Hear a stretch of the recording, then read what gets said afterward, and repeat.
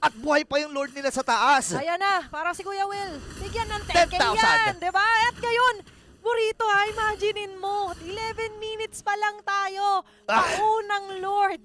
Yung kasama ng Fnatic Onyx Philippines, pero halos simutin, kalbuhin na nila yung pinakabase dito ng BTK.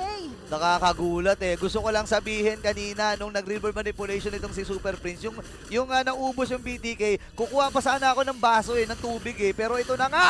At ang plano ng Fnatic Onyx Philippines, subusin na agad ng BTK at tapusin ng mabilisan ng laro nito si Shark. Sinalubong niya, pero mali ata siya sasalubungin. Triple kill para kay Kera. Buhay pa rin in Maniac! Para kay Kera, the gold standard ay mamamatay. Pero at okay ang lang. tutuloy-tuloy para sa ating knockout stage, walang iba kundi ang Fnatic Onyx Philippines na nagpapaulan na ng mga kidlat. Grabe naman yon! Fnatic Odd, Thirsty Kings!